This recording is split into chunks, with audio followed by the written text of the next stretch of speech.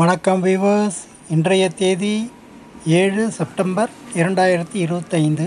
என் திருமண வாழ்வின் 25 வருடங்களை வெற்றிகரமாக முடித்துவிட்டேன்.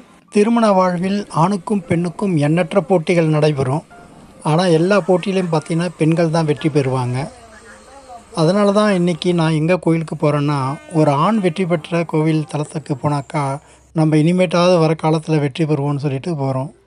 அது மட்டும் இல்லாமல் ஒரு சக்தி வாய்ந்த பெண்ணிடத்தில் நம்ம எப்படி வெற்றி பெறத்துக்கு வேண்டிய உத்தியை கையாளுறதுக்கு இறைவன்கிட்ட அருள் வாங்கலாம் அப்படின்னு சொல்லிட்டு திருவாலங்காட்டை நோக்கி போயின்னு இருக்கோம்.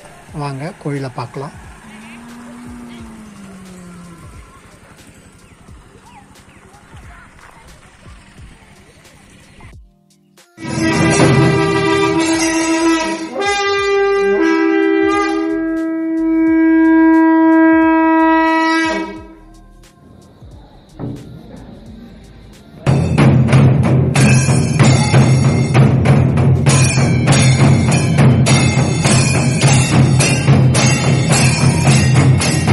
நாம் இப்போ எங்கே வந்திருக்கோம் பார்த்தீங்கன்னா, தமிழ்நாட்டில் உள்ள திருவள்ளூர் மாவட்டத்தில் இருக்கிற திருவாலங்காட்டுக்கு வந்திருக்கோம்.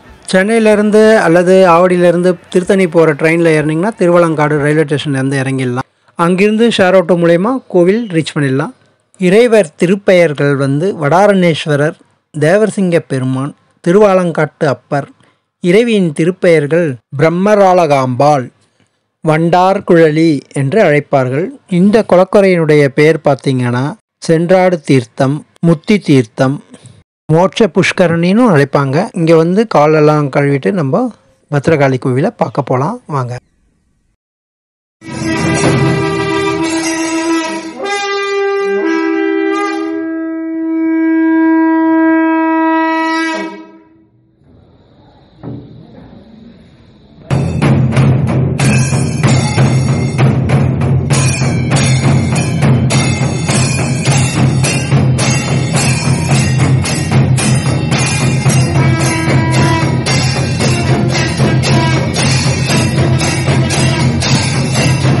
சும்பன் நிசும்பன் என்ற இரு அரக்கர்கள் ஆலமரங்கள் நிறைந்திருக்கிற இந்த திருவாலங்காட்டில் தங்கி தேவர்களையும் மனிதர்களையும் துன்புறுத்தி வராங்க. இதனால் பாதிப்படைஞ்சவங்க எல்லாம் சிவபெருமான் பார்வதியிடம் முறையிடுறாங்க. பார்வதி தேவி தன் பார்வையால் காளியை தோற்றுவித்து அரக்கர்களை அழித்துவிட்டு அவளே ஆலங்காட்டு தலைவியாகிறார். அரக்கர்களை அழித்து அவர்களது இரத்தத்தை உண்ட காளி பல கோர செயல்களை புரிகிறாள். இதை கண்ட முஞ்சிகேச கார்கோடக முனிவர் சிவபெருமானிடம் முறையிட சிவபெருமான் கோர வடிவம் கொண்டு ஆலங்காட்டை அடைகிறார். அவரை கண்ட காளி, நீ என்னுடன் நடனமாடி வெற்றி பெற்றால் இந்த ஆலங்காட்டை ஆளலாம் என்கிறாள். உடனே சிவபெருமானும் காளியுடன் ஊர்த்தவ தாண்டவம் ஆட இருவருக்கும் இடையே கடும் போட்டி நடந்து உலகமே அதிர முடிவில் சிவபெருமான் தன் காதணியை கீழே உதிர்த்தி அதை தன் காலால் எடுத்து மீண்டும் அணிய, இதை கண்ட காளி தம்மால் இச்செயலை செய்ய இயலாது என்று எண்ணி சிவபெருமானிடம் தஞ்சமடைந்தாள்.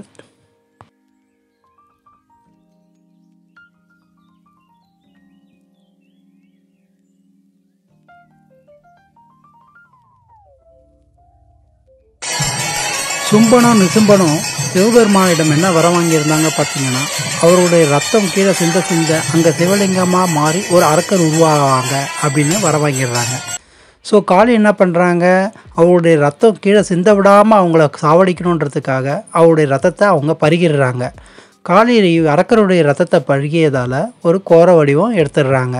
சிவபெருமான் ஒரு கோர வடிவம் கொண்டு அவரோட போட்டி போட்டு வெற்றி பெறுறாங்க. ஆனால் காளி ரொம்ப மனவருத்தப்படுறாங்க, நம்ம எப்படி இவரிடம் தோற்றோம் அப்படின்ட்டு. அப்போ சிவபெருமான் சுயரூபத்தை காட்டி, தாயே உன்னை வெல்ல யாரும் இருக்க முடியாது, என்னை தவிர உனக்கு நிகர் வேறு யாரும் கிடையாது அப்படின்னு சொல்கிறாரு. நாம் ஆடிய இவ்விடத்தில் முதலில் பக்தர்கள் உம்மை வணங்கிய பிறகே எம்மை வணங்குவதால் அவர்களுக்கு நல்ல பலன் உண்டாகும் என்கிறார்.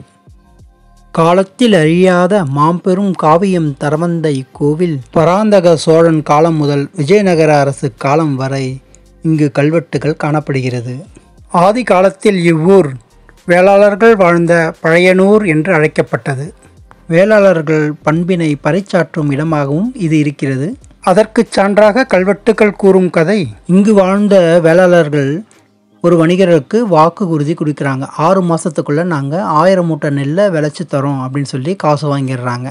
ஆனால் 78 பேர் சேர்ந்து ஒரு 600 மூட்டை நெல்லை தான் விளைவிக்க முடிஞ்சது.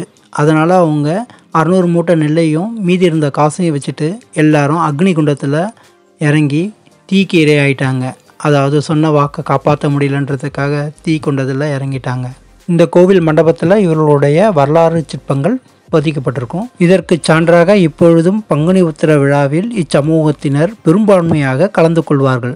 இக்கோவிலின் தலைவிருட்சம் ஆலமரம். அதாவது வடாரண்யேஸ்வரர் அப்படி என்றால், வடாரண்யம் என்றால் ஆலமரங்கள் நிறைந்த காடு. அங்கு ஆடிய சிவபெருமானுக்கு வடாரண்யேஸ்வரர் என்று அழைக்கிறோம்.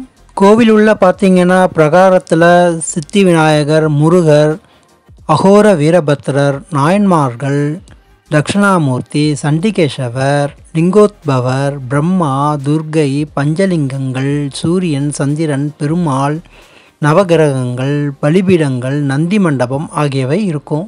தக தகவென ஆடவா சிவசக்தி சக்தியோடு ஆடவா அப்படின்னு வரும் இல்லையா பாடல், அந்த பாடல் இந்த கோவிலுக்கு மிகவும் பொருந்தும். நாம் இப்போ ரத்தின சபையை நோக்கி போகலாம் வாங்க.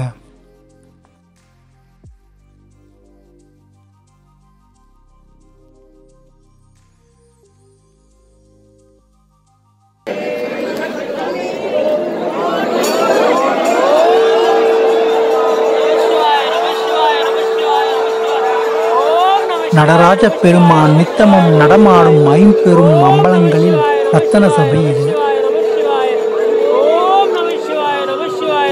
இரண்டாவதாக தங்க சபை அல்லது கனக சபை என்று அழைக்கப்படும் சிதம்பரம் தில்லை நடராஜர் கோவில். மூன்றாவதாக மதுரை மீனாட்சி அம்மன் கோவிலில் உள்ள ரஜ சபை அல்லது வெள்ளி சபை.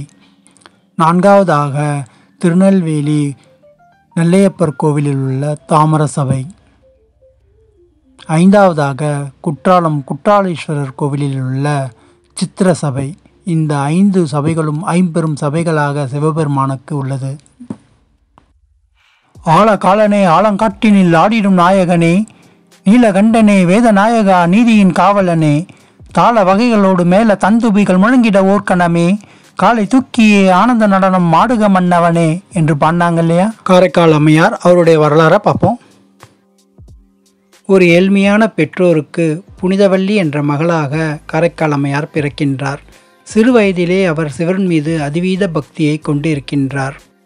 இவரை ஒரு எளிய வணிகனாகிய பரமதத்தனுக்கு மணமுடித்து வைக்கின்றனர்.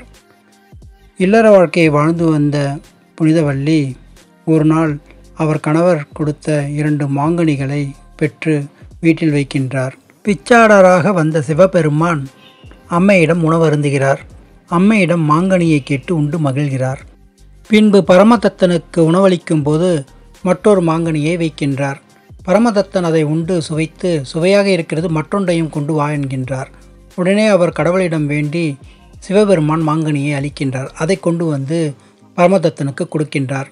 பரமதத்தன் இது என்ன இவ்வளவு சுவையாக இருக்கிறது, நான் கொடுத்ததோடு சுவையாக இருக்கிறது என்கின்றார். பொய் சொல்ல தெரியாத புனிதவள்ளியோ இது சிவபெருமான் கொடுத்தது என்று கூறுகிறார். இத்தனை தெய்வ அருள் பெற்ற இவளோடு இனிவில் வாழ முடியாது என்று பரமதத்தன் வெளியூர் சென்று அங்கு ஒரு பெண்ணை மணர்ந்து அவர்களுக்கு ஒரு குழந்தையும் பிறக்கின்றது. அதற்கு அவர் புனிதவள்ளி என்றும் பெயர் வைக்கின்றார். நீண்ட நாட்களுக்கு பிறகு புனிதவள்ளி அவரை தேடி கண்டுபிடிக்கையில் அவர் ஒரு திருமணமாகி குழந்தையுடன் இருக்கிறார் என்பதை தெரிந்து கொண்டார். உடனே சிவபெருமானிடம் இந்த இளமையும் அழகையும் எடுத்து எனக்கு முதுமை கோலத்தையும் பேய் உருவத்தையும் கொடுக்குமாறு இறைவனிடம் வேண்டி திருவலங்காடு தலைக்கீழாக நடந்து வந்து இறைவனின் திருவடியில் அமர்ந்து சங்கீதம் பாட ஆரம்பித்தார். சிவபெருமான் ஆனந்த தாண்டவம் ஆடி அம்மையே என அழைத்தார்.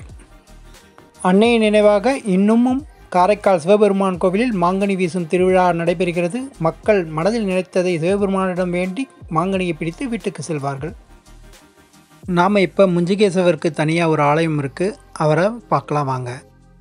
தாயாய் எனக்கு பாலூட்டி வளர்த்தாய், தந்தையாய் நின்று சிந்தை கவர்ந்தாய், குருவாகி எனக்கு நல்லருள் தந்தாய், ஞான குருவாகி எனக்கு நல்லருள் தந்தாய், திருமேனி என்றும் என் உள்ளம் நிறைந்தாய். ஓம் நம சிவாயா. கார்கோட முனிவர், முஞ்சிகேச முனிவர், இவங்க 2 பேருடைய வேண்டுகோளுக்காக தான் சிவபெருமான் இங்கே வந்து நடனமாடினார்.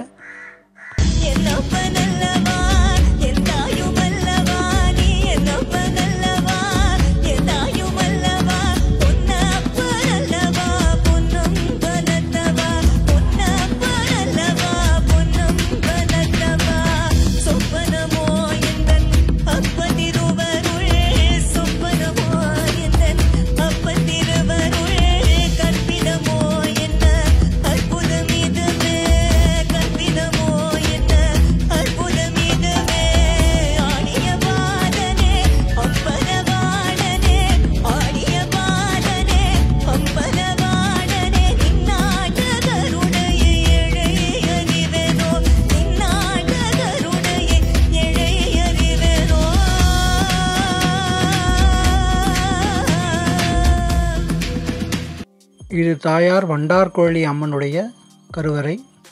தேவார பாடல் பெற்ற திருத்தலத்தின் எண் 247.